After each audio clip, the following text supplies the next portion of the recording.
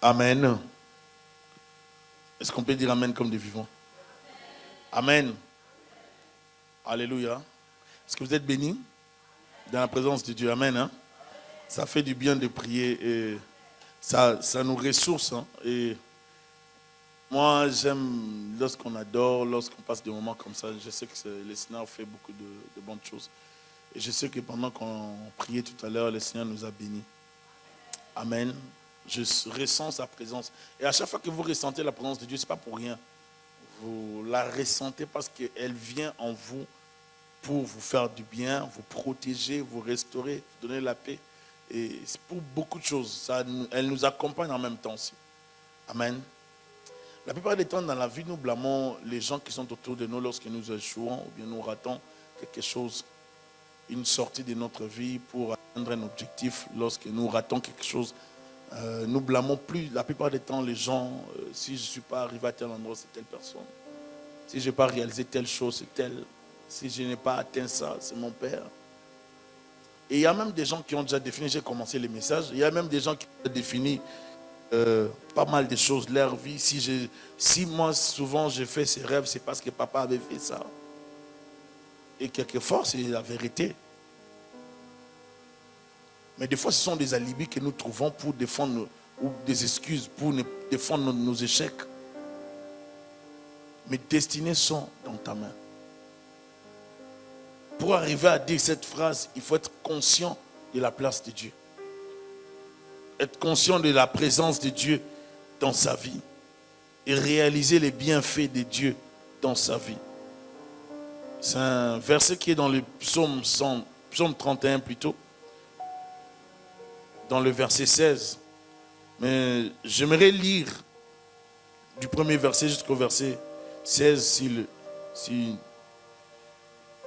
Seigneur le permet, pour nous donner l'idée. Et puis nous irons dans Genèse chapitre 12, à partir du premier verset. Éternel, je cherche en toi mon refuge. Que jamais je ne sois confondu. Délivre-moi dans ta justice. Incline vers moi ton oreille, hâte-toi de me secourir. Sois pour moi un rocher protecteur, une forteresse où je trouve mon salut. Car tu es mon rocher, ma forteresse. Et à cause de ton nom, tu me conduiras, tu me dirigeras. Tu me feras sortir du filet qu'ils m'ont tendu. Car tu es mon protecteur. Je remets mon esprit entre tes mains. Tu me délivreras, éternel Dieu des vérités. Je hais ceux qui s'attachent à des vaines idoles. Je me confie en l'Éternel. Je serai par ta grâce dans l'allégresse et dans la joie. Car tu vois ma misère, tu sais les angoisses de mon âme.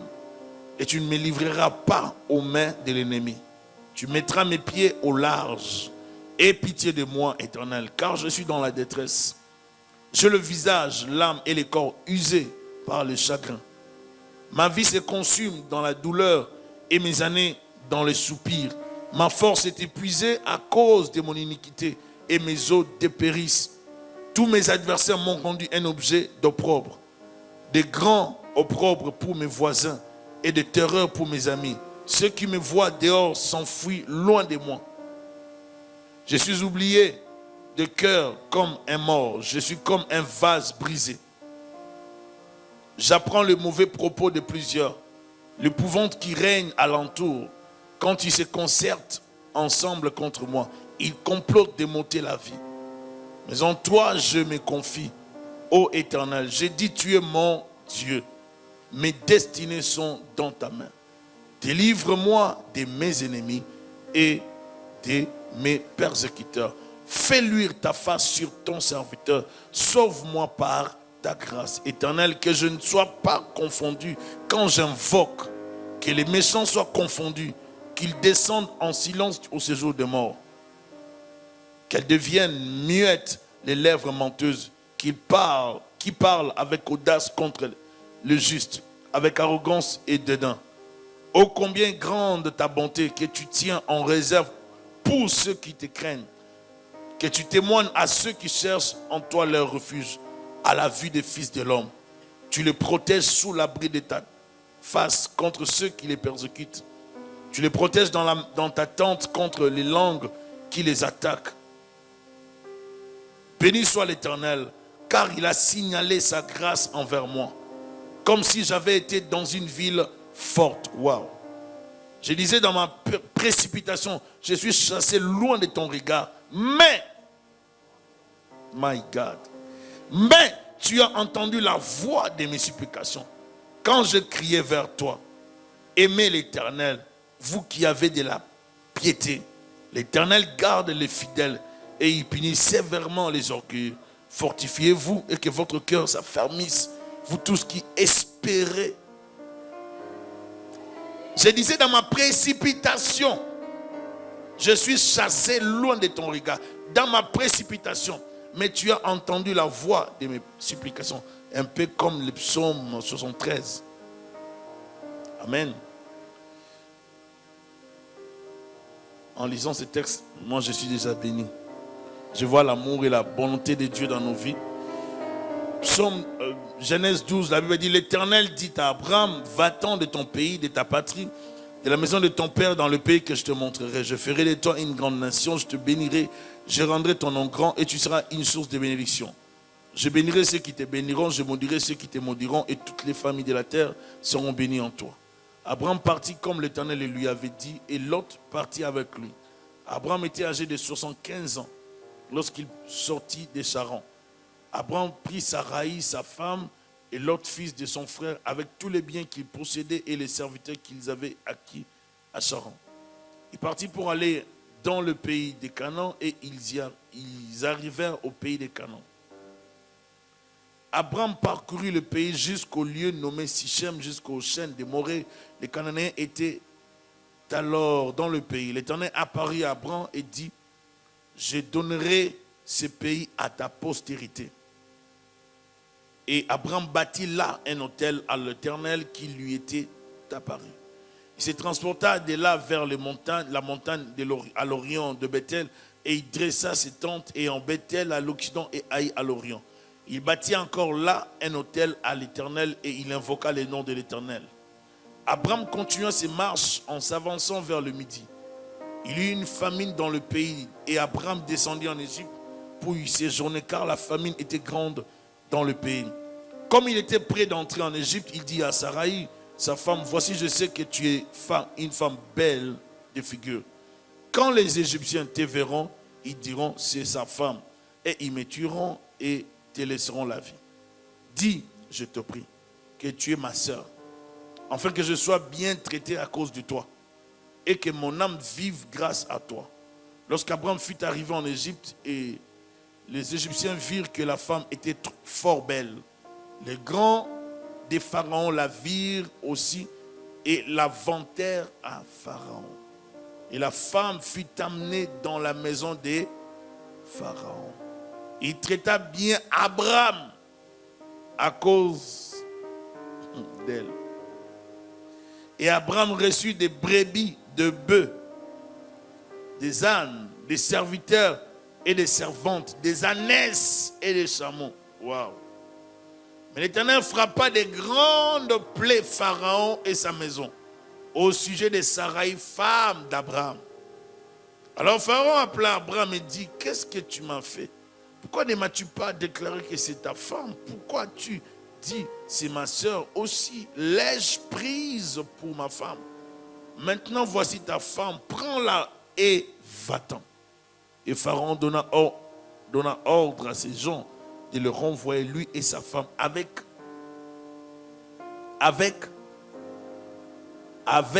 tout ce qui lui appartenait. Amen. Nous parlons de la destinée. Mes destinées sont dans ta main. On définit la destinée selon les dictionnaires, détermination préétablie des événements de la vie humaine par une puissance supérieure. On dit du destin, c'est une puissance qui réglerait à l'avance les cours des choses à venir. Le grand destin de l'homme est, comme déclare Jean Hamburger, le grand destin de l'homme est de refuser son destin. Un autre déclare, c'est que n'ordonne pas le destin ne vous l'infligera pas.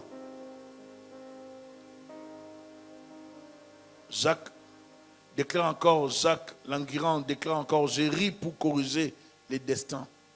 C'est la seule façon de corriger les destins finalement. Plusieurs se posent la question par rapport à leur destinée. Suis-je destiné à être comme ça? Suis-je destiné?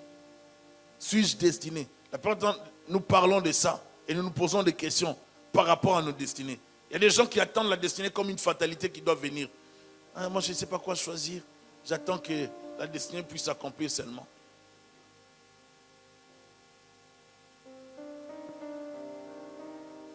Dans la destinée, nous voyons aussi la notion de la prédestination, qui signifie destiner par avance au bonheur ou au malheur. Et plusieurs sont tombés aussi dans ces pièges que l'ennemi a introduit dans ce monde, qui les embrouille par rapport à la notion de la prédestination. Honoré de Balzac dit ceci: le destin désigne au moment présent l'histoire future d'un être humain ou d'une société telle qu'elle est prédéfinie par une instance qui est soit considérée comme supérieure aux hommes, donc c'est-à-dire éventuellement divine, dans les conceptions finalistes du monde, soit comme immanente à l'univers, dans les conceptions déterministes. Dans ces conceptions, il est souvent considéré comme très difficile, voire impossible à un homme ou à une société d'échapper à son destin, au moins dans ces grandes lignes. Le dictionnaire des concepts définit ainsi le destin: force de ce qui arrive, qui semble nous être imposé sans qu'aucune de nos actions n'y puisse rien changer. Et si vous lisez toutes ces définitions des hommes d'intelligence, vous allez vous poser la question si vraiment vous avez à faire quelque chose. Le psalmiste dit ceci, que mes destinées sont entre tes mains. Vous voyez? C'est Dieu qui a nos vies entre ses mains. Mais en même temps, nous avons aussi notre part dans le chemin de la destinée. Dieu a tout prévu. Mais nous pouvons tout déprogrammer pour rater la bénédiction de Dieu. Lorsque Dieu prévoit les choses, il les prévoit en accord avec sa volonté et non hors sa volonté. Alléluia. Ici, nous avons vu l'Éternel qui appelle Abraham: va-t'en de ton pays, de ta patrie et de la maison de ton père, dans le pays que je te montrerai. Un appel, une promesse vague. En même temps, un ordre. Mais c'est vague. Il n'y a pas de précision. Il dit: Abraham, va-t'en de ton pays. Ce n'est pas une suggestion. De ta patrie, de la maison de ton père. C'est-à-dire, Dieu est en train d'insister sur un déplacement, changement de territoire d'Abraham. Il dit: tu quittes ton père et ta mère. Tu sors de ta famille. Va plus loin. Parce que des fois, pour que Dieu accomplisse certaines choses dans nos vies, il peut nous déplacer même physiquement. C'est-à-dire, les déplacements physiques de certaines personnes constituent ou représentent la bénédiction de Dieu dans leur vie. Dieu peut te sortir d'un milieu de vie, un milieu où tu pouvais grandir aussi et t'épanouir. Mais il t'épargne de vivre dans ces milieux de peur que tu ne vives une joie éphémère ou bien une courte joie. Tout simplement parce que Dieu voit déjà tout. Dieu sait toutes choses. Dans le pays que je te montrerai, c'est-à-dire Dieu demande à Abraham d'immigrer, d'aller ailleurs. Je ferai de toi une grande nation, je te bénirai, je rendrai ton nom. Je ferai de toi une grande nation. Bénédiction, promesse, je te bénirai. Je rendrai ton nom grand.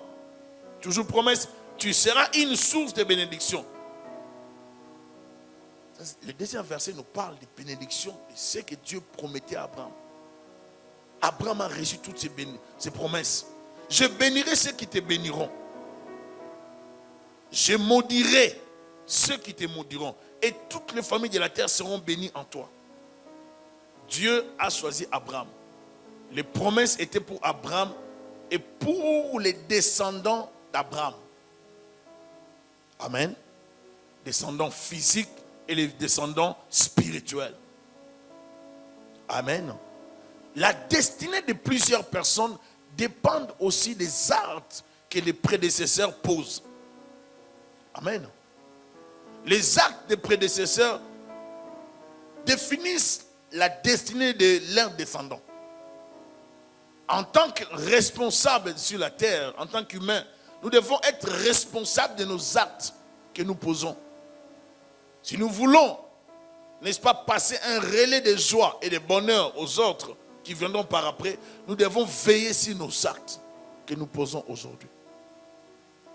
Alléluia. Dieu sépare Abraham de sa famille parce qu'il savait qu'Abraham ne pouvait pas bien évoluer dans la maison de son père. Était idolâtre. Dieu savait qu'Abraham ne pouvait pas évoluer dans un milieu où il y avait l'idolâtrie. C'est pour ça que des fois, Dieu peut vous sortir, Dieu peut faire des choses brutalement. Même si vous ne comprenez pas, il ne vous expliquera pas non plus. Vous n'avez qu'à lire la Bible pour comprendre. Des fois, c'est que Dieu fait dans votre vie. Il y a certaines choses, des événements. Aujourd'hui, suivez-moi très bien, vous allez comprendre beaucoup de choses. Il y a certaines choses que Dieu fait dans nos vies. Il le fait avec amour. Mais des fois, nous ne comprenons pas. Lorsqu'il commence à les faire, ça nous punit un peu, ça nous fait mal. On en souffre, on en ressent des douleurs. On souffre parce que Dieu nous sépare. Dieu a séparé cet homme de sa famille. Quelle douleur. Dieu te demande de quitter alors que tu ne t'attendais pas à ça. Tu te demandes de quitter un milieu dans lequel tu étais habitué. Ta famille, les amis, les connaissances. Dieu te dit, sors de ce milieu d'amis pour que je commence une œuvre avec toi. Mais si tu es lié tellement à ces amis, tu ne comprendras pas ce que Dieu veut faire avec toi. Et ce que Dieu veut faire avec toi, tu n'as pas l'idée de cela.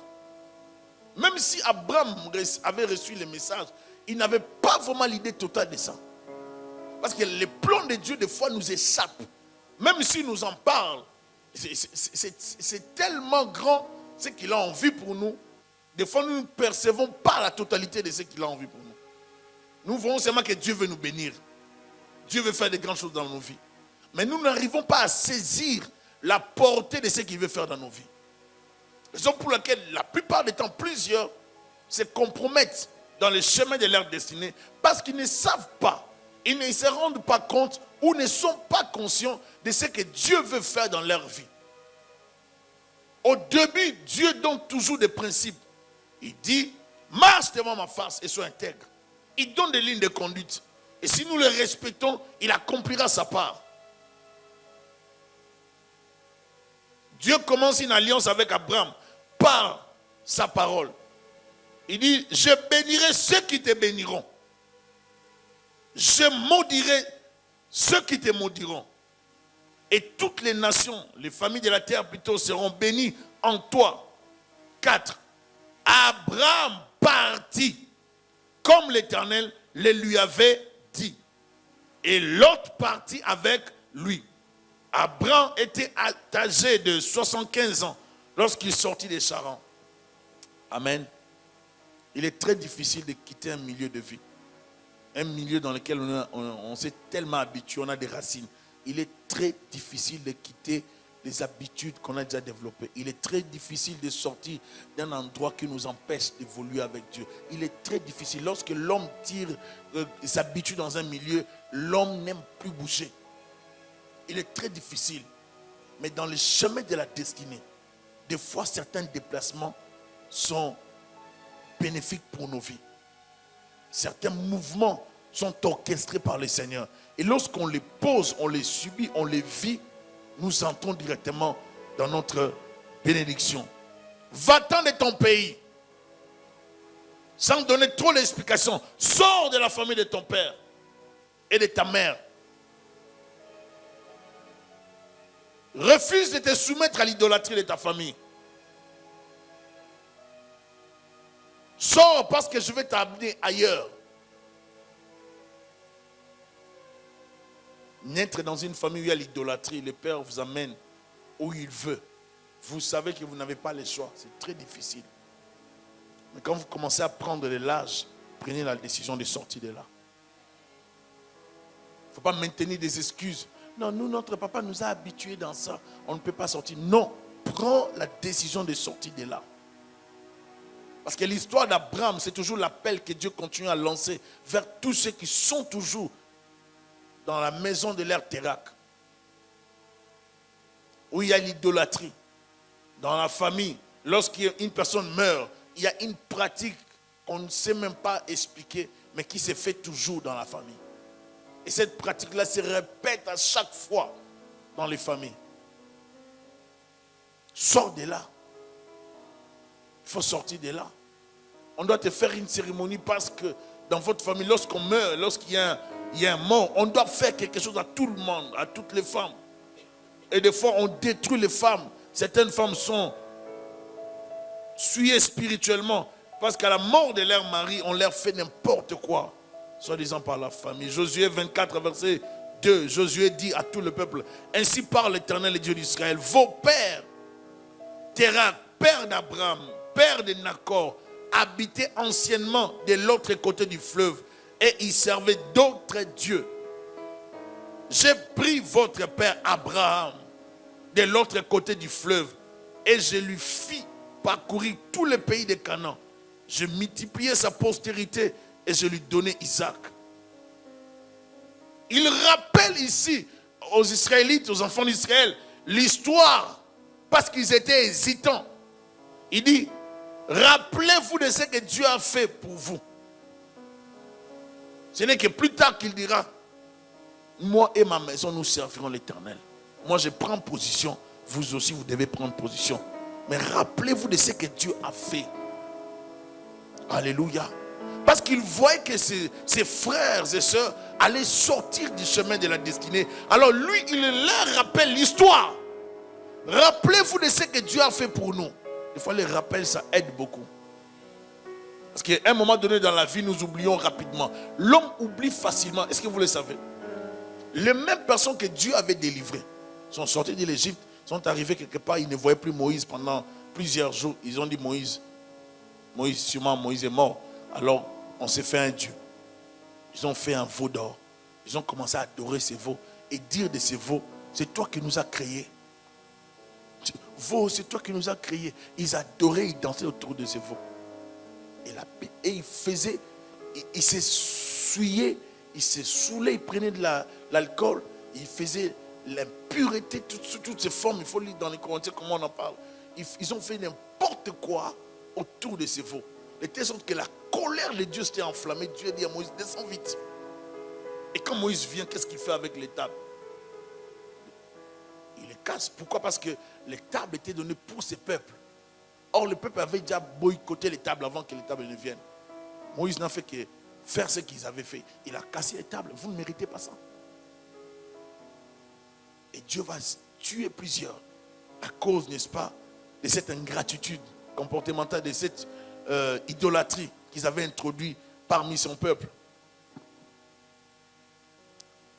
Ils partirent pour aller dans le pays de Canaan. Ils arrivèrent au pays de Canaan. Abraham parcourut le pays jusqu'au lieu nommé Sichem, jusqu'au chêne de Morée. Les Cananéens étaient alors dans le pays. Les Cananéens habitaient leur pays. Canaan n'était pas vide. Canaan était une terre occupée. Mais à cause de leur péché, Dieu avait décidé de donner cette terre à d'autres personnes. Alléluia. Vous devez savoir, c'est que Dieu est tellement surprenant. Ne prenez jamais quelque chose pour acquis. Dieu peut vous donner des choses. Vous pouvez être bien aujourd'hui. Mais si vous jouez avec ce que Dieu vous donne, il remplacera par quelqu'un d'autre. Est-ce que je me fais comprendre? Plusieurs personnes prennent les dons, la grâce de Dieu en vain. On blague avec ce que Dieu nous donne. Comme je disais l'autre fois, dans Capernaum, lorsque je parlais de Capernaum, tout ça, Chorazine, tout ça. Ne prenons pas la grâce de Dieu en vain. Quand Dieu nous donne la possibilité de les servir, de vivre des choses, faisons-le avec amour, avec zèle. Parce qu'il y a d'autres personnes qui aimeraient être à notre place et qui sont tellement dévoués au Seigneur, mais ils n'ont pas la grâce que moi et toi nous avons. Ne prenez pas la grâce de Dieu en vain. La vie d'Abraham ne sera pas toujours un modèle de conduite, mais il accomplira un certain nombre d'actes exemplaires d'obéissance et de foi. qui lui assureront le titre d'ami de Dieu.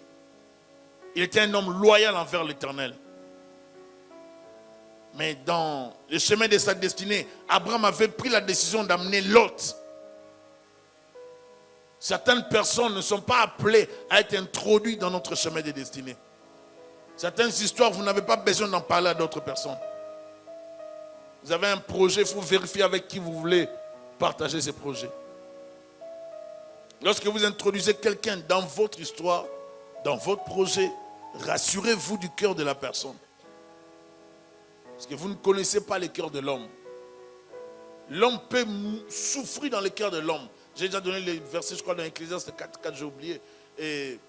Où une personne peut travailler juste par rivalité par rapport à son voisin. Il faut faire attention dans la vie. Ça, il va vérifier ça. Je crois dans Ecclésiaste 4. Pour Abraham, Lot était l'espoir de sa vie. J'ai vu que tout travail et toute habilité dans le travail n'est que jalousie de l'homme à l'égard de son prochain. C'est encore là une vanité et poursuite.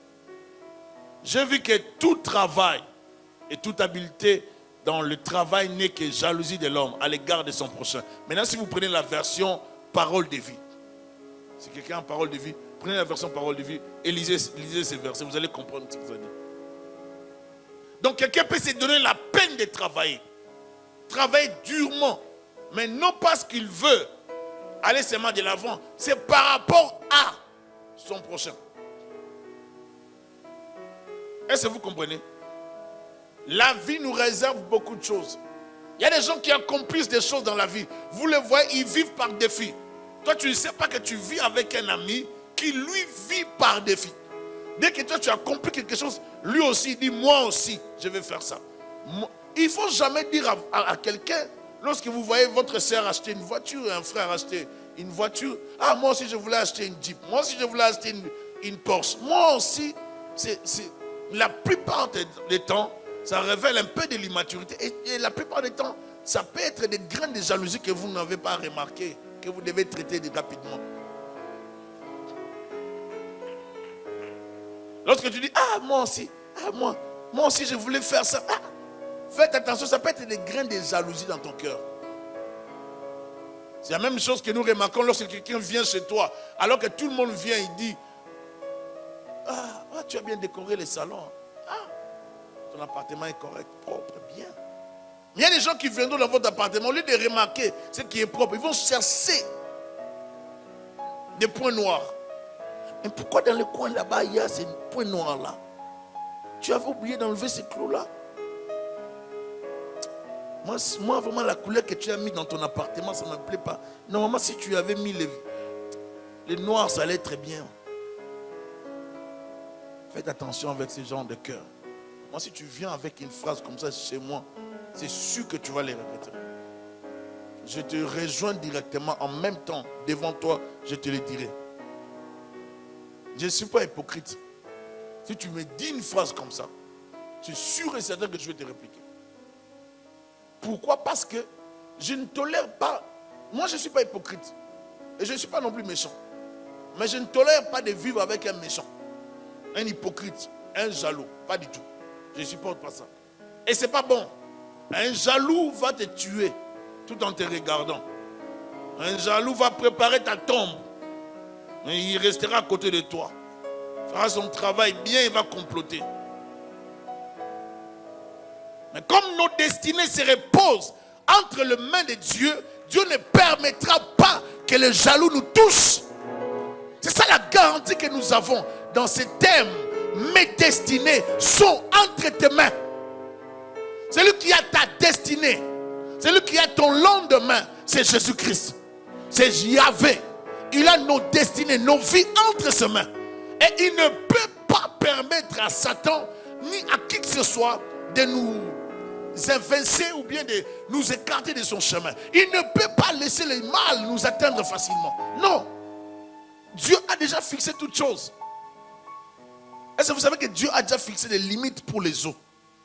Les eaux doivent respecter les limites que Dieu avait fixées. raison pour laquelle vous voyez la mer continuer à couler, ça ne doit pas déborder. Dieu a déjà fixé des limites pour toutes choses. Les saisons, Dieu les a déjà établies. Dieu a déjà tout fixé. Quand ça sera ta saison, tu entreras dans la saison. Maintenant, c'est l'hiver qui est arrivé. Est-ce qu'on peut arrêter l'hiver? C'est sûr que la neige tarde un peu. Vous voyez, hein? Il n'y a pas encore la neige. Mais la neige doit tomber.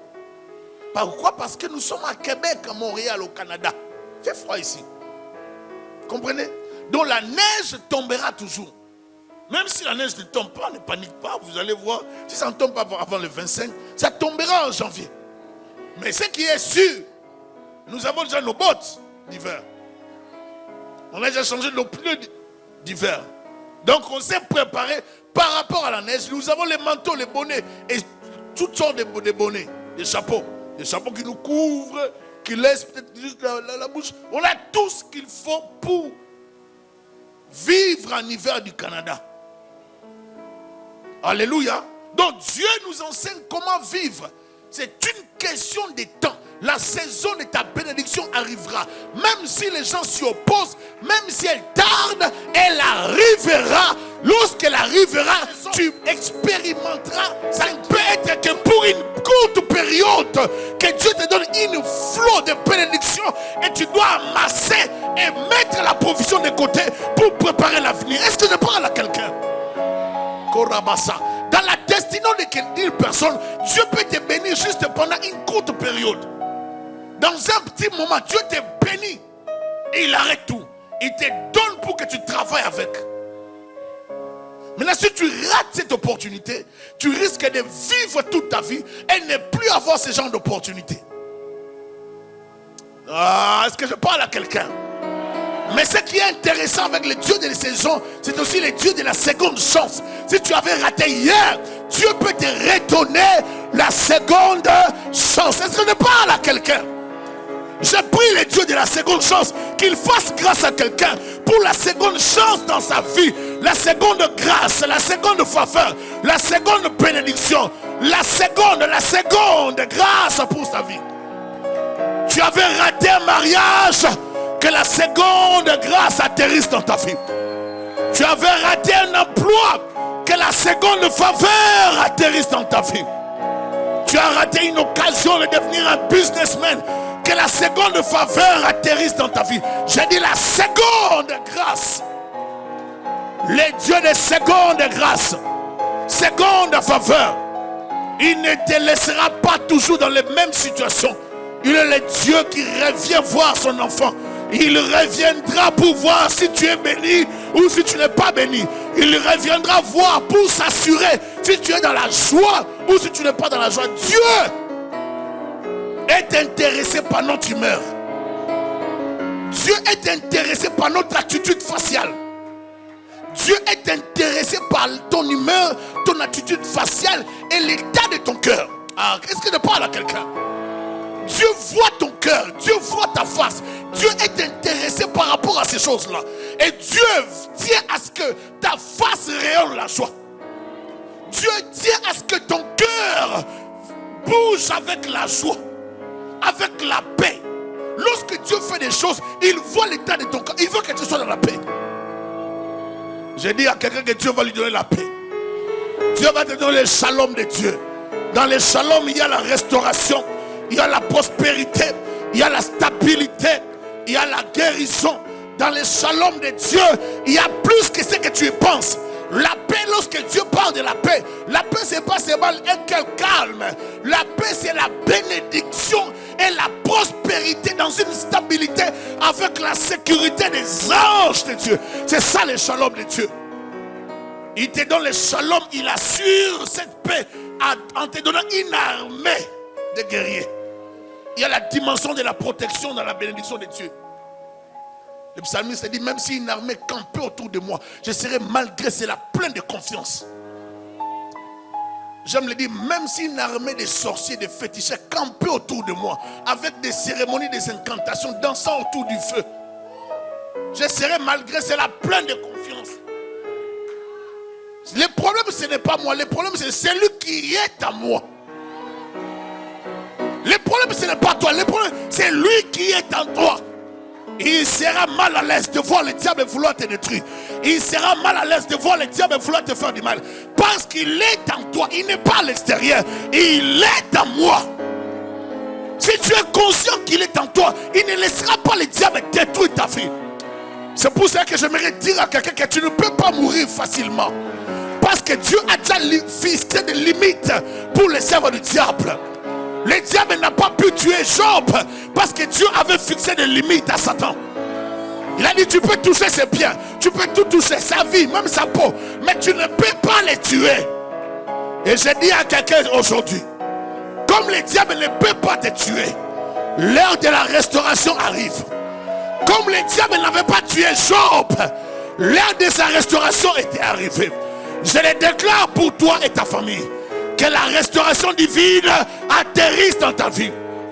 Dieu te redonnera les choses que tu avais perdues. Dieu te donnera les choses que tu avais perdues. Je déclare qu'aujourd'hui tu sortiras de ces lieux restaurés. Tu vas récupérer des choses que tu avais perdues. Il y a des choses que tu vas récupérer. Il y a des grâces que Dieu va t'accorder. Dieu doit te restaurer. Car il a un plan merveilleux pour ta famille. L'Éternel est merveilleux. Est-ce que quelqu'un peut dire gloire à Jésus? Reprends ta place, on continue. L'Éternel, à verset 7, l'Éternel apparut à Abraham et dit, je donnerai ce pays à ta postérité. Et Abraham bâtit là un hôtel à l'Éternel qui lui était apparu. Et regardez là-dessus cet homme. Dieu lui apparaît, Dieu lui donne une prophétie, un message. Il bâtit directement un hôtel. C'est-à-dire, il vient sceller cela. Il dit, l'hôtel ici, quand Abraham bâtit l'hôtel, c'est pourquoi? Il veut dire, Dieu, à chaque fois qu'il y aura ces pierres, ces blocs de pierre assemblés en ce lieu, et sur lesquels j'ai offert un sacrifice, tu te rappelleras qu'ici, tu m'avais promis, et j'avais posé l'acte pour sceller ou certifier ta promesse. Il a bâti l'autel pour confirmer la promesse de Dieu dans sa vie. Pour dire, Dieu n'oublie pas. L'autel va toujours te rappeler que tu m'avais promis. Aujourd'hui, nous sommes dans un monde où les gens ne sont pas conscients de ce que Dieu fait dans leur vie, de ce que Dieu veut faire dans leur vie. Des fois, je vois des gens, il y a plusieurs personnes qui reçoivent des prophéties des hommes de Dieu, des prophètes, ainsi de suite. Mais qui ne font rien pour que ces prophéties-là arrivent à l'accomplissement. Vous allez voir quelqu'un à qui on a promis, Dieu a donné des prophéties. Tu deviendras un grand homme, une puissante servante de Dieu. Mais cette personne ne lit pas la Bible. Cette personne ne prie pas. Cette personne n'a pas la sudité. Cette personne est rare dans l'église. Vous voulez vivre la main de Dieu comment? De perte des prophéties. Perte des prophéties, vraiment. Et vous allez voir d'autres personnes qui cherchent des prophéties. Dieu n'en donne pas. Mais c'est lui qui ne cherchait même pas. Dieu vient et dit, toi tu as ça. Je vais faire ça pour toi. Je t'avais épargné de ça. Et la personne ne prend toujours pas conscience de ce que Dieu lui fait grâce. Lui révèle les choses. Combien sont ceux-là qui négligent lorsque Dieu leur parle? Combien sont... Est-ce que vous savez que même le fait que Dieu te dise, donne seulement la prophétie, attention, il y a un esprit de mort devant toi. Et si ça vient de Dieu, mais il faut glorifier le Seigneur. Toi, on te dit qu'il y a un esprit de mort devant toi. Mais on t'avertit pour que ça n'arrive pas. Mais il y a des gens qui meurent comme ça, il n'y a pas d'avertissement. Ils dorment pensant se réveiller demain. Un rendez-vous, on se voit demain.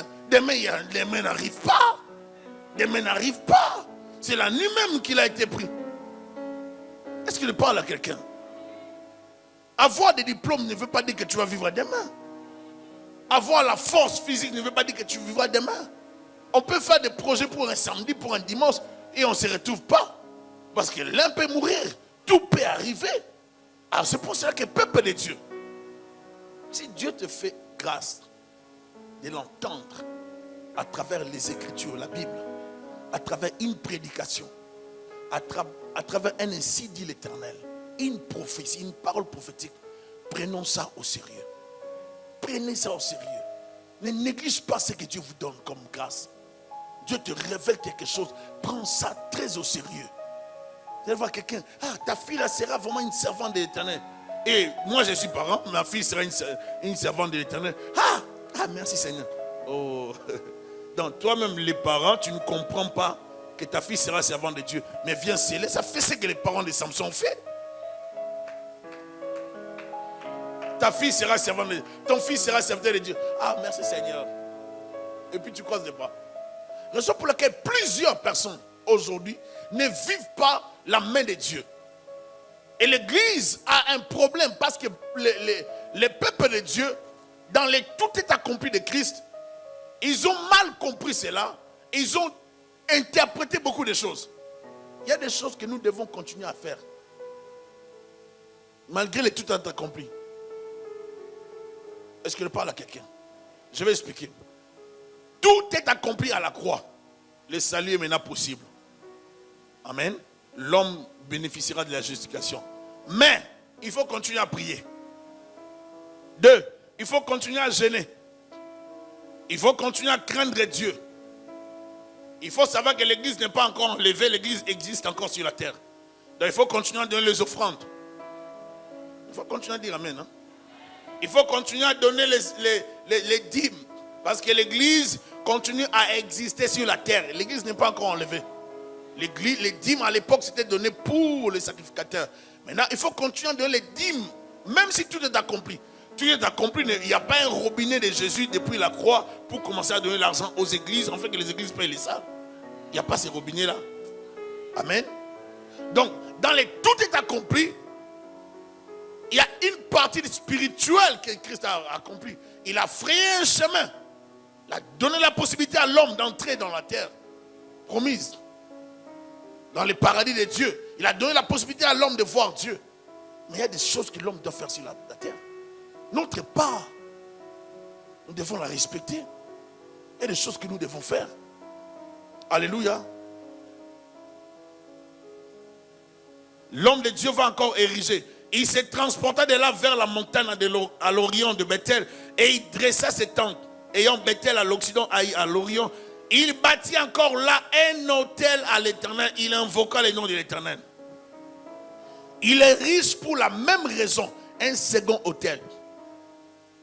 Plus au sud. Pour la même raison. Il bâtit un deuxième autel. Et il invoque le nom de l'Éternel.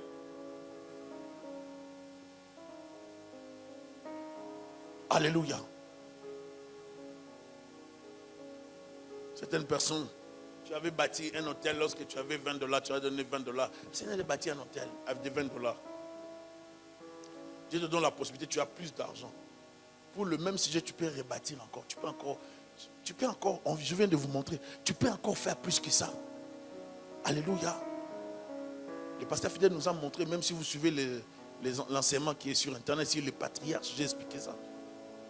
Sur Noé, la première des choses qu'il a posées lorsqu'il est sorti de l'arche, c'est l'autel. La première des choses, quand Dieu te fait du bien, c'est la reconnaissance. Amen. D'abord, la reconnaissance doit être dans le cœur, puis verbale. Amen.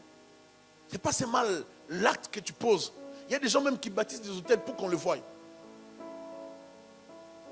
Juste pour s'attirer de l'attention. Il y a quelqu'un qui sait qu'il va donner quelque chose dans son église. Il informe tout le monde afin que les gens puissent. Et même, des fois, ce sont des stratégies pour manipuler les hommes de Dieu. Il ne faut pas faire ça. Alléluia. Bâtis ton hôtel parlera, c'est tout. Alléluia. Les Cananéens étaient alors dans le pays. Ils étaient dans le pays de Canaan. Ils habitaient cette terre. Pour eux, dans leur tête, rien ne pouvait leur arriver. Parce qu'ils étaient habitués dans leur terre. N'est-ce pas? Je vais dire à quelqu'un ceci.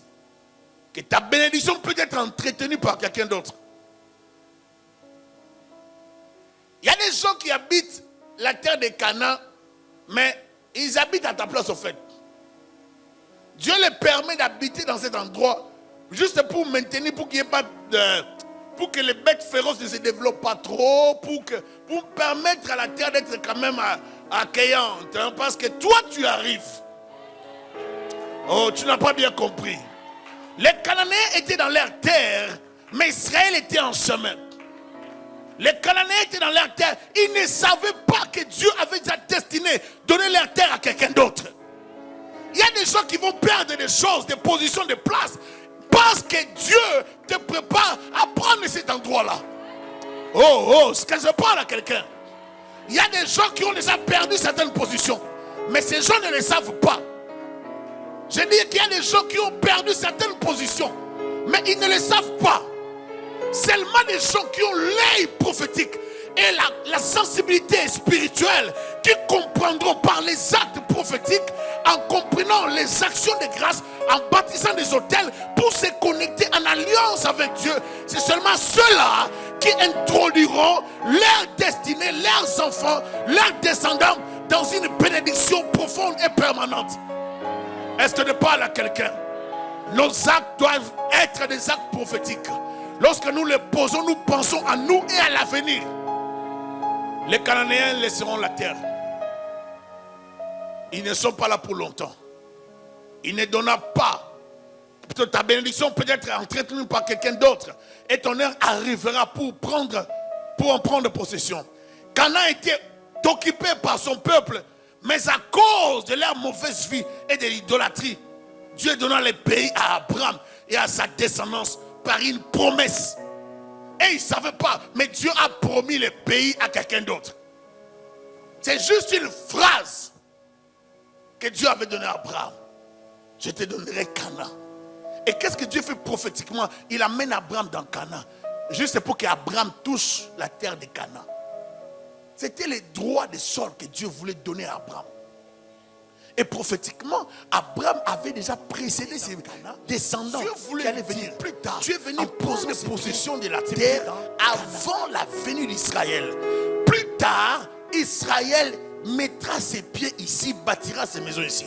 Comme tu as posé tes pieds dans la terre de Canaan, rassure-toi que tu mourras dans la paix. Israël entrera dans cette terre à cause de cet acte prophétique que tu as posé pour posséder la terre avant la 3e, 4e génération, 5e génération de ta descendance. Est-ce que je parle à quelqu'un? Il y a des actes prophétiques qu'il faut poser dans la vie. Il faut vivre dans la foi. Il faut vivre dans la foi. Croire à ce que Dieu vous déclare. Alléluia. Le Seigneur observe le comportement des gens à qui il fait grâce. Il leur donne le pays, mais ils n'ont pas compris la grâce de Dieu. Dieu observe nos comportements. Et ceux-là qui ne comprennent pas à temps, il les récupère par la mort. Dieu récupère. Certaines personnes qui meurent avant, c'est parce qu'ils ne comprennent pas la grâce de Dieu. Est-ce que vous êtes avec moi? Dieu les récupère par la mort. Et d'autres, il les chasse de leur mariage. Tu ne t'attendais pas à ça, hein? Dieu les chasse de leur mariage. Dieu les chasse de leur emploi. Dieu chasse d'autres de leurs projets. Tu avais un grand projet. Mais Dieu voit que si tu as cet argent-là, tu ne vas même plus le servir.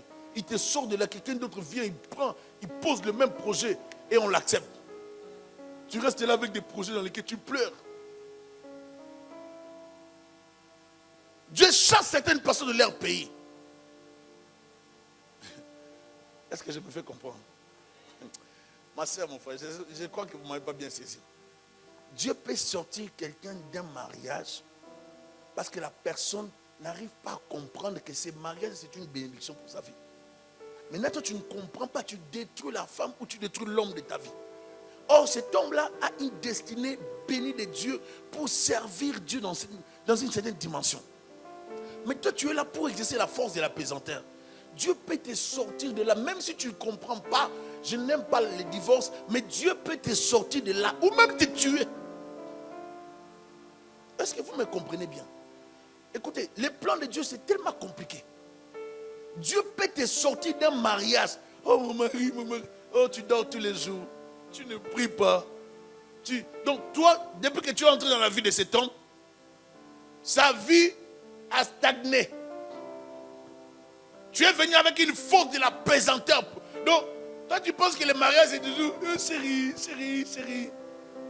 Même si tu l'appelles bonbon. Donc tous les noms que tu veux. Mais Dieu ne regarde pas les noms, les petits noms que tu peux donner. Bonbon, biscuit, chocolat, sucre. Dieu, ce qu'il regarde, est-ce que tu participes à ce que le monsieur arrive à réaliser son plan? Faites attention. Lorsque vous vous mariez avec quelqu'un qui a l'appel de Dieu. L'appel de Dieu, ce n'est pas seulement dans le ministère, mais dans un domaine donné de la vie. Parce que quand Dieu appelle quelqu'un, il appelle pour que cette personne soit une bénédiction pour plusieurs. Maintenant, tu vas bloquer la joie et le bonheur de plusieurs par ton orgueil femme, empêchant ton mari d'aider les gens. Dieu peut te tuer. Tu meurs, on t'enterre et les gens pleurent. Et Dieu prend une autre personne, il donne à côté. Et les maris se remarient encore. Les choses de Dieu, c'est compliqué, bien aimé. C'est vraiment compliqué. Et puis, il se remarie, puis il déclare encore des paroles devant les gens. On filme aussi, on fait des photos. Et les gens qui veulent mettre sur Internet, ils mettent sur Facebook.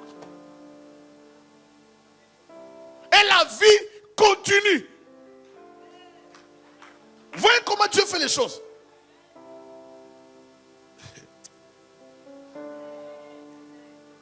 Tu as un emploi, tu ne donnes pas les dîmes, tu ne fais rien. Tu as beaucoup d'argent, toi c'est toujours l'épargne, c'est toujours l'épargne. Dieu te réserve quelque chose. Lorsque tu perdras cet emploi, ne te plains pas parce que tu ne donnes rien à Dieu. Dieu n'y voit pas son intérêt. Il n'y a pas d'intérêt de Dieu dans ça. Canaan, tu pensais que lorsque tu avais la terre, tu devais y rester éternellement. Non. Comme vous êtes idolâtre, vous ne donnez pas la place de Dieu à Dieu, vous allez perdre la terre. Dieu te fera entrer dans ta destinée, même s'il doit forcer les choses. Ah, est-ce que ne parle à quelqu'un? La Bible dit, à cause de toi, je donnerai des hommes à ta place. Mes destinées sont dans ta main. Je sais que ma vie dépend de toi. Le diable ne peut rien faire dans ma vie. Ma vie dépend de Dieu. Ton avenir dépend de Dieu. Oh, c'est que Riabassa. Tes enfants dépendent de Dieu. Même si les sorciers se réunissaient tous les jours, ces jours-ci pour tuer ta vie, ils ne pourront pas te tuer. Les grands sorciers de ta famille peuvent piquer une crise. Ils meurent à cause de toi. Pendant que je passe, je libère ça. Je libère ça. Je dis, les grands sorciers qui règnent, lui, il terrorise toute la famille. Il est réputé pour tuer les gens, même par la parole. Il menace tout le monde. Toi, tu veux mourir? J'ai dit, à cause de toi. Parce que le problème, ce n'est pas toi. Mais le problème, c'est celui qui est en toi. Ah non, non, non. Celui qui est en toi ne laissera pas tomber son nom. Il ne laissera jamais tomber son honneur. Il doit défendre son honneur. Celui qui est en toi est plus fort que celui qui est dans ta famille. Il est plus fort que la sorcellerie. Il est plus fort que les obstacles. Il est plus fort que le démon, les diables, les forces des ténèbres. Il est plus fort. Sharabaya Satarabasa. Il y a des gens qui vont perdre leur emploi. D'autres qui perdront leur pays. D'autres qui seront même exécutés par Dieu parce qu'ils sont en train de freiner le plan de Dieu. Dieu, lorsqu'il accomplit son plan, il a déjà un timing. Dieu a un timing. Si tu compliques le plan de Dieu, un jour on est allé dire à un monsieur qui était païen, on lui a dit, tu sais pourquoi tu as échoué? Je ne peux pas oublier cette histoire au Congo. Tu avais reçu l'appel de Dieu. Dieu t'avait appelé pour le servir, tu as refusé. Il a dit, oh, mais on m'avait dit ça. Oui, oui, tu as refusé, ça fait longtemps. Par exemple, que malgré tes études, tu n'as jamais travaillé. Tu es toujours dans la maison de ta famille. Tu vis toujours là dans l'annexe. Tu mets tes enfants dans l'annexe. Tu n'as qu'une seule chambre, un petit salon, mais tu as déjà 5 enfants. Tu trouves ça normal ou ce n'est pas normal? Si tu refuses de faire ce que Dieu te demande de faire, il va t'enseigner par la réalité. Vous voyez, plusieurs femmes, il y a des femmes, les réunions des femmes doivent commencer. Il y a des femmes qui n'ont pas la sagesse d'Abigail. Des femmes sages comme Abigail. Et c'est qu'elle a un mari méchant. Comme une femme dit, une femme éveillée. ne pas parler dans ma langue, mais éveillé, vous comprenez. Donc, elle voit loin. Ce type va me freiner. Pose l'acte. Elle pose l'acte. Elle amène les choses à David. Ça calme le cœur de David. Plus tard, lorsque son mari va être frappé par Dieu, est-ce que David va l'oublier? Elle était devenue qui? Elle est entrée dans l'histoire, n'est-ce pas? Elle est entrée dans l'histoire. Saül fut rejeté par Dieu parce que dans sa gloire, dans sa folie, il ne donna pas la gloire à celui qui le plaça au trône par sa désobéissance. Il posa des actes qui le disqualifia devant l'Éternel. Il refusa d'attendre le prophète Samuel lors d'une expédition militaire. Il a refusé d'attendre. Il s'improvise comme un sacrificateur. Il s'improvisa sacrificateur sans la permission de Dieu. Et dès qu'il commence à faire le service, directement le prophète arrive. Il perd le royaume. Il se fit construire un monument en son honneur pour sa victoire. Il épargna un roi philistin et les brebis, soi-disant, pour les offrir à Dieu. Et plus tard, il consulta une voyante qui invoqua l'esprit du prophète Samuel. Que de bêtises. Dieu va dire, tu perds la place. Il y a un petit David qui va arriver. Tu penses que, parce que Saül était un homme fort, musclé, géant.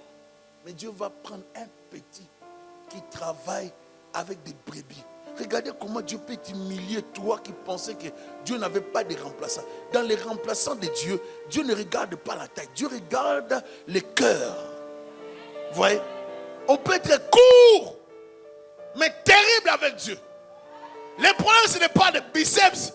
Le problème, ce n'est pas l'aspect extérieur. Le problème, c'est ce qui est en toi. David avait du solide en lui. Il avait un cœur pour Dieu. On peut avoir la taille, on peut. Est-ce que vous connaissez? Avez-vous déjà vu des femmes là qui tournent là, qui font la prostitution? Est-ce que vous les avez déjà vues? Vous pensez que toutes ces femmes là qui sont dans les rues sont des moches femmes? Non, répondez.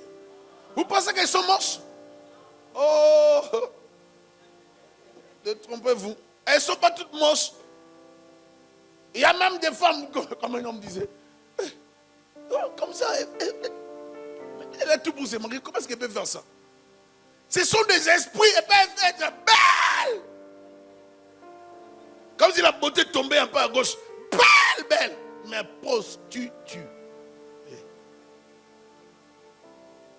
Mais avoir la grâce de Dieu, d'avoir un mari, d'être calme en attendant ta vie. Oh, mais bien aimé, mais on ne peut pas jouer avec ça. D'être tel que tu es la calme seul, mais avec Dieu. Mais c'est une grâce. On peut échouer avec sa beauté.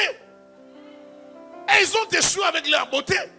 Vous pouvez les voir dans les rues, surtout en Europe. Et ils échouent avec leur beauté. Même si tu pars chez les médecins qui font des chirurgies esthétiques, tu vas échouer avec la chirurgie esthétique. On peut te modifier ton corps comme tu veux avec ton argent, il n'y a pas de souci. Nous sommes dans ces temps-là. Un corps modifié, mais seul. Vous allez voir une femme qui n'a pas modifié quoi que ce soit. Elle a même à peine quelques phrases.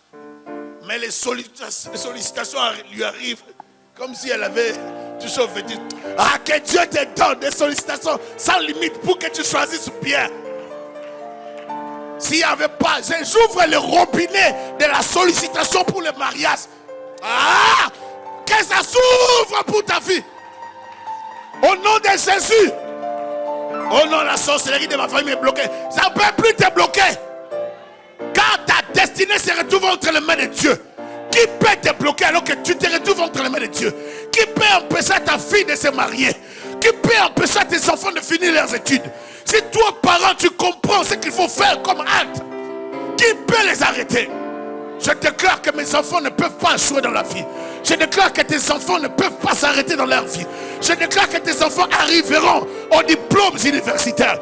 Je déclare des doctorats. Je déclare la maîtrise. Je déclare des choses. Le monde a besoin d'une église émergente. Le monde a besoin d'une église révolutionnaire. Le monde a besoin d'une église qui va changer la face des choses. L'image de l'église. Le monde a besoin d'une église qui va prendre possession du gouvernement. Un chrétien premier ministre. Je ne dis pas Jean chrétien. Je dis un chrétien. Un chrétien premier ministre.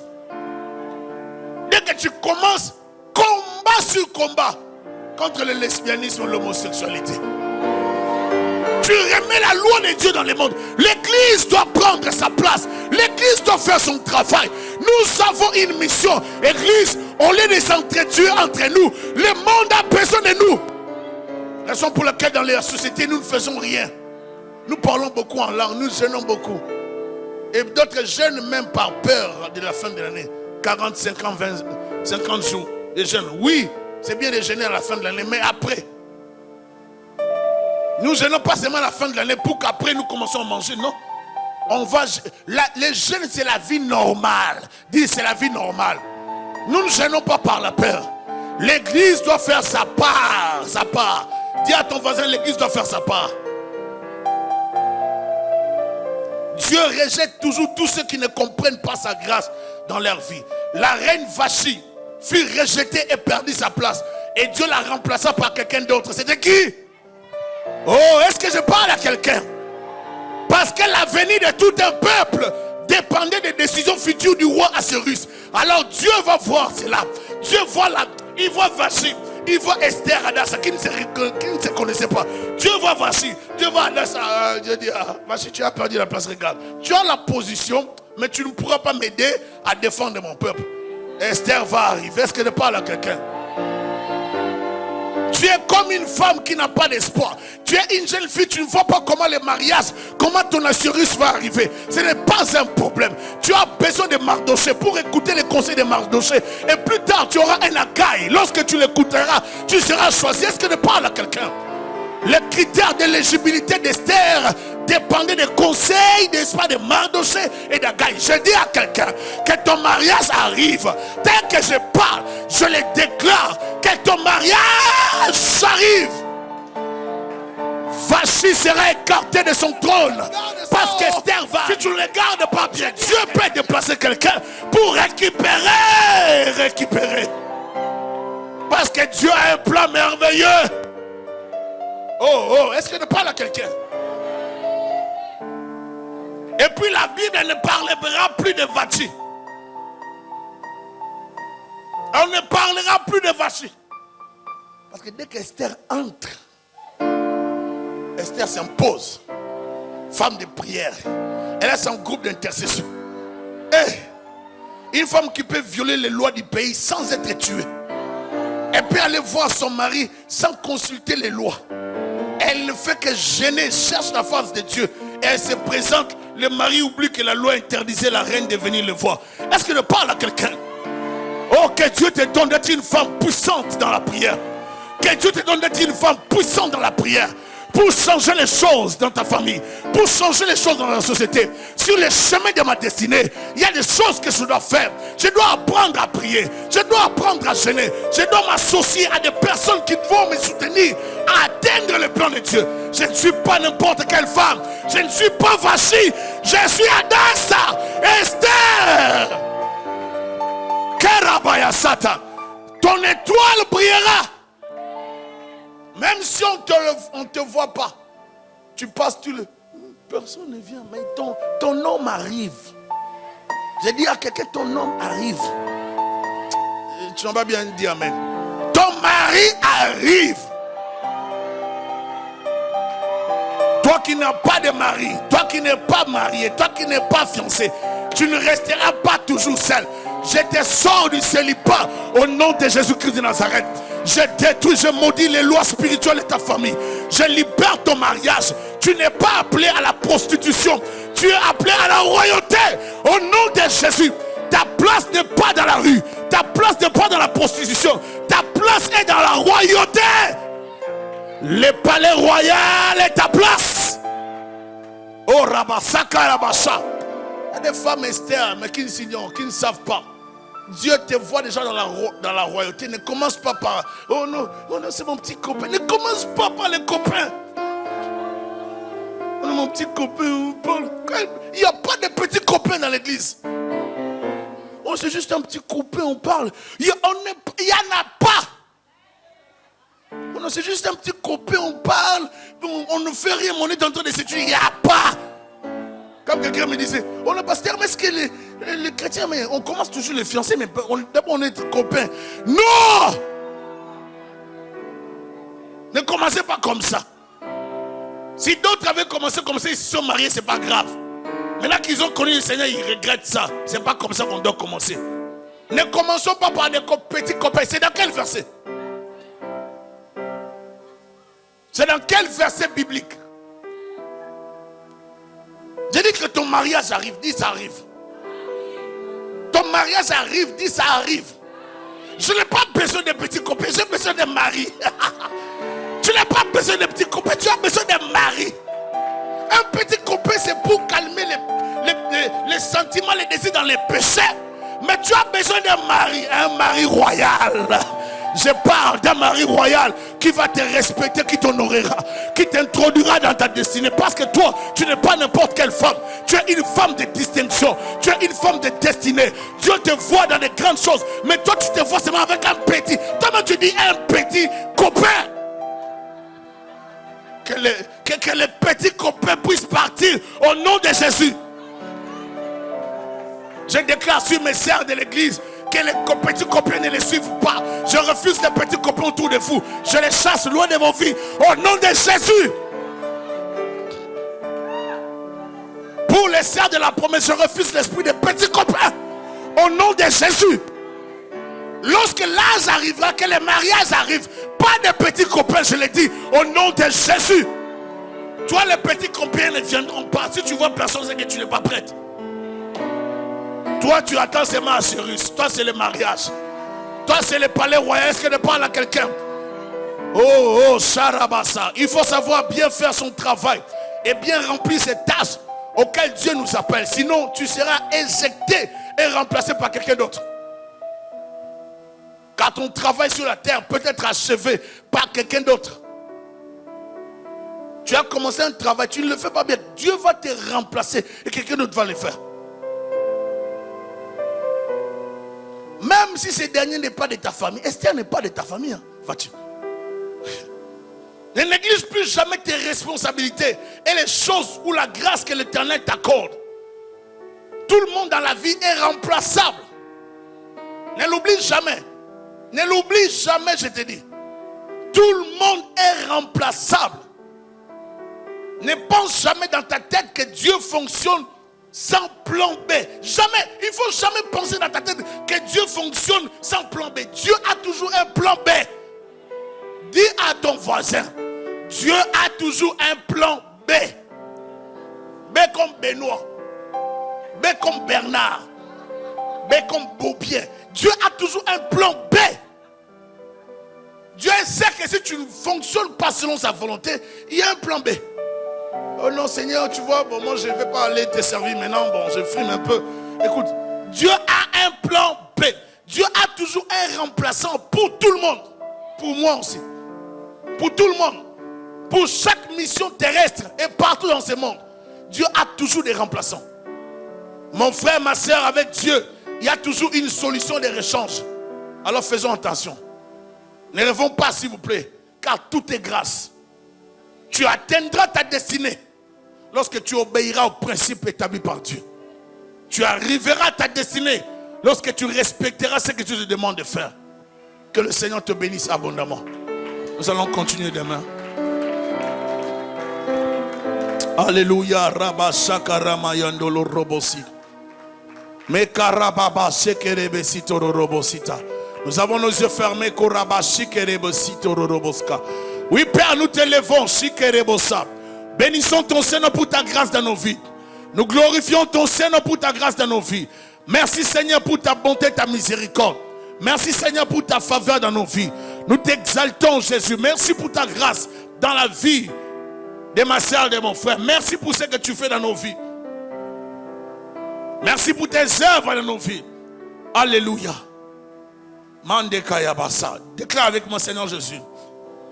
Fais-moi grâce, s'il te plaît, de respecter ta volonté dans ma vie. Jésus, j'ai besoin de toi. Je te prie ce soir de manifester ta grâce dans ma vie. Jésus, je te prie ce soir de manifester ta grâce dans ma vie. Au nom de Jésus, dirige-moi pour que je ne rate pas ma bénédiction. Jésus, je bénis ton peuple, je le recommande entre tes mains. Que personne parmi nous ne puisse rater sa bénédiction, s'il te plaît. Garde-nous fidèlement attachés à toi. Au nom de Jésus-Christ. Nous disons Amen. Nous acclamons celui qui nous donne la vie. Merci Seigneur Jésus pour ta grâce. Nous voulons adorer Dieu par nos offrandes, nos dîmes, nos offrandes. Nous donnons à Dieu. Chacun nous fait signe, il prend son enveloppe, nous donnons à Dieu. Nous allons adorer Dieu avec nos offrandes. Honore l'Éternel avec tes biens, alors et tes prémices, alors tes greniers seront remplis. Amen. Nous faisons signe et on nous donne les enveloppes. Nous adorons Dieu avec nos dîmes, nos offrandes. Et nous continuons demain à quelle heure? Amen. À quelle heure? Il n'y a personne qui donne les offrandes aujourd'hui à l'église. Amen. Alléluia. Nous adorons Dieu avec nos offrandes. Nous commençons demain. Est-ce qu'on peut afficher pour les samedis? Les samedis, c'est à quelle heure? C'est à 13h. Amen. De 13h à 15h30. Amen. Je vous prie, s'il vous plaît, pour les samedis, de ne pas manquer ce temps de prière. Amen. Parce que la plupart des temps, vous savez, la plupart des temps,